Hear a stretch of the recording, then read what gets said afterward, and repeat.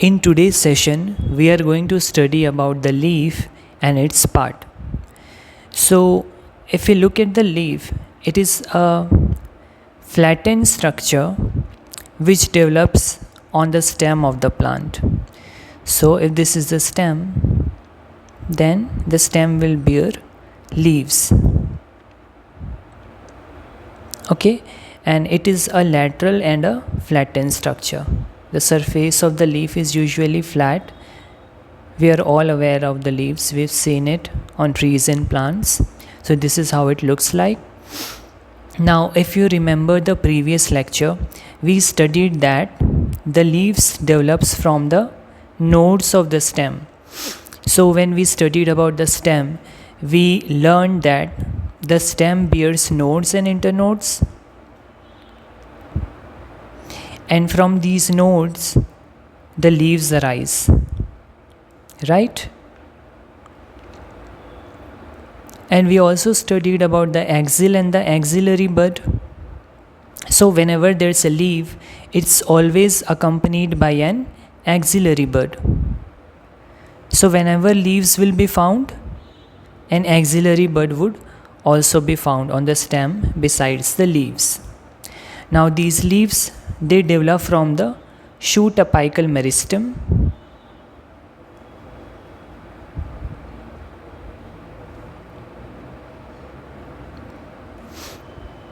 These shoot apical meristems are special cells which actively divide, and they are present in the shoot apex. Shoot apex means at the tip of the stem and branches. So they form new leaves on the plants. And leaves are usually arranged in acropetal succession.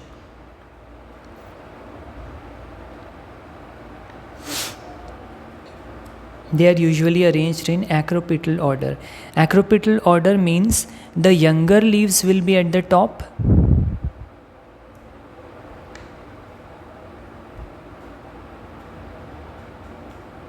and the older leaves will be at the bottom.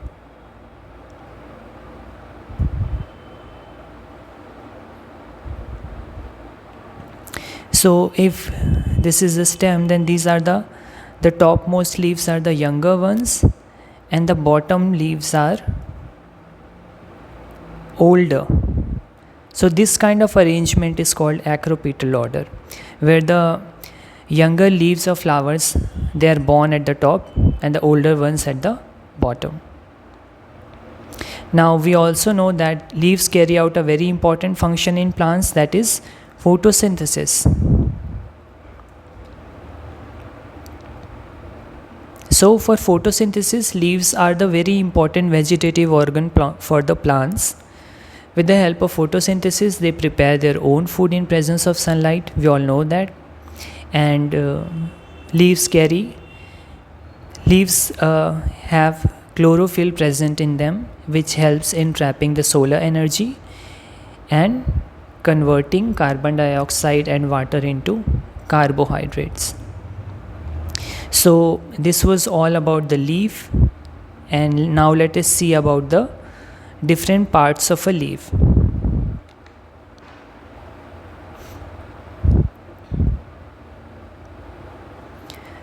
So if we talk about parts of a leaf,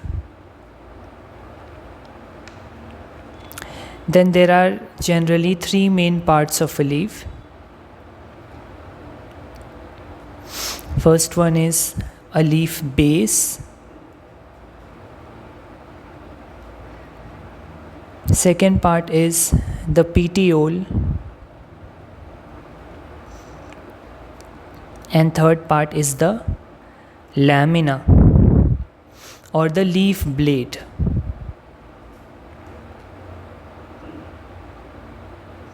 So let us look at each of these parts in detail.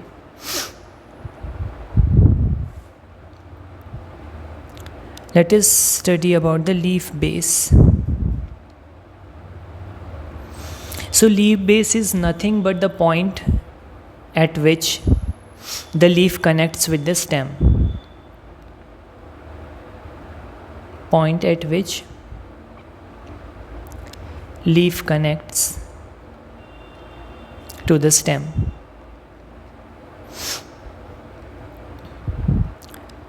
So if this is a stem and this is a leaf,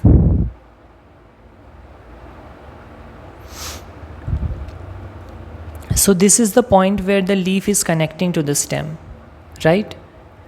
So this portion is called leaf base.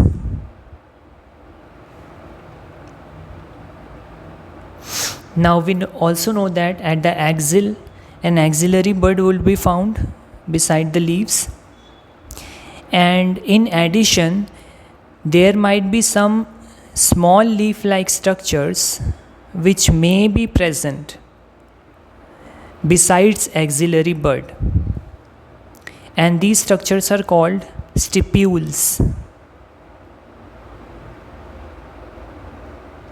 Okay, they may or may not be present. These are small leaf-like structures present besides the axillary bud and the leaf. Okay, now if we talk about the leaf base in monocots,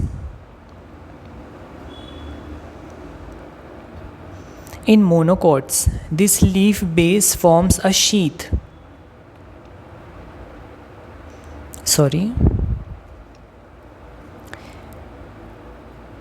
This leaf base forms a sheath which may cover the stem partially or wholly.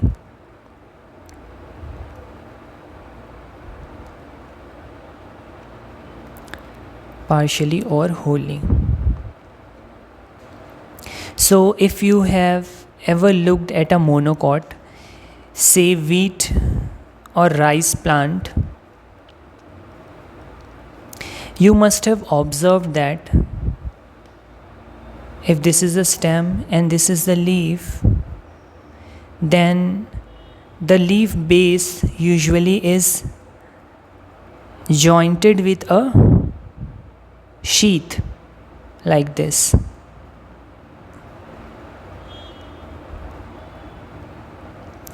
And this sheath, it may cover the stem partially or wholly. So this is only found in monocots.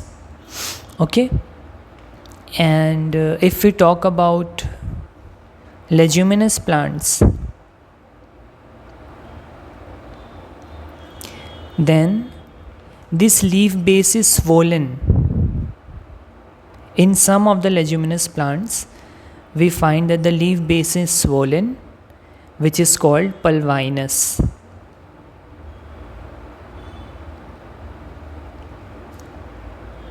Okay, so in some leguminous plants, we will find pulvinus, which is a swollen leaf base.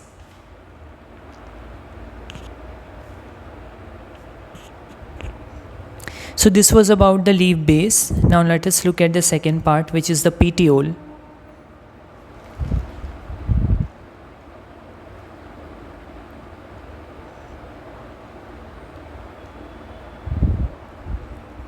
Petiole is the part which connects the stem with the lamina of the leaf.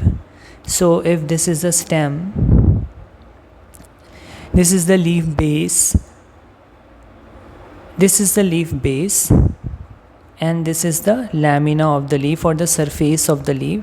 So this thin structure, thin and flexible structure which connects the leaf to the stem is the petiole.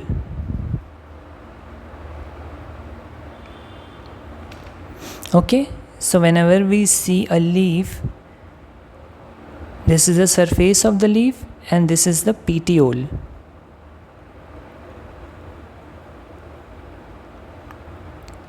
This thin flap-like structure, long, thin and flexible structure which connects the leaf surface to the stem is called the petiole. Now this petiole helps to hold the leaves towards the light so that the leaves can get the sunlight and carry out photosynthesis. Also they are very thin and flexible, so whenever the wind is blowing, then these petioles move and the leaves flutter, and that's how they cool the temperature of the leaf.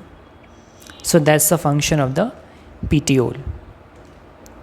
They also help to bring fresh air to the leaf surface so that gaseous exchange can take place. I hope the petiole is clear. Now let us look at the third part, which is lamina or the leaf blade.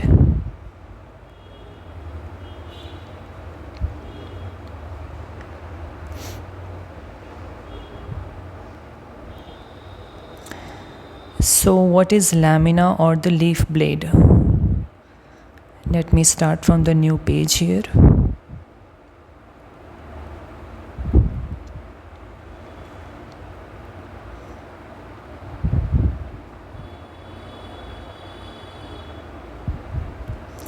So lamina or the leaf blade is this flattened structure of the leaf. This flattened structure, this one, is the lamina or the leaf blade.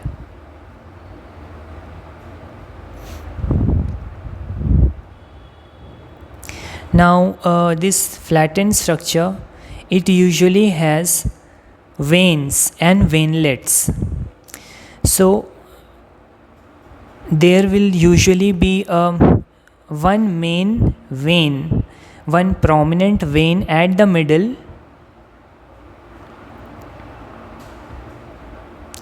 This prominent vein at the middle, it will be called a midrib. This is called a midrib. And out of this midrib, different veinlets will arise, and they will cover the whole surface of the lamina like this.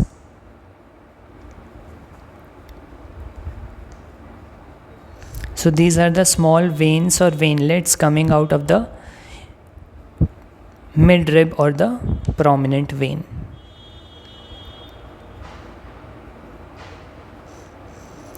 Now the arrangement and the pattern of this midrib and veinlets vary from one plant to the other, and these veins and veinlets, they provide stiffness to the leaf, and they also help to carry out transport of various water, minerals and food materials to all parts of the leaf.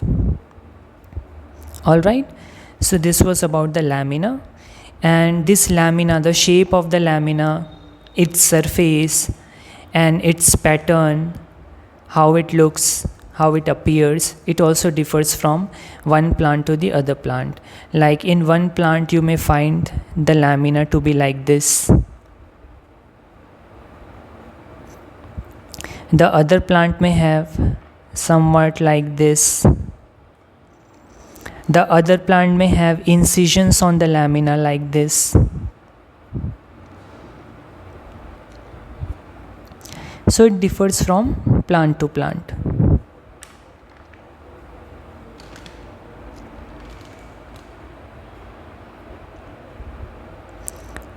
Alright, so I hope lamina is also clear to you, and the rest of the other parts, petiole and leaf base, is also clear.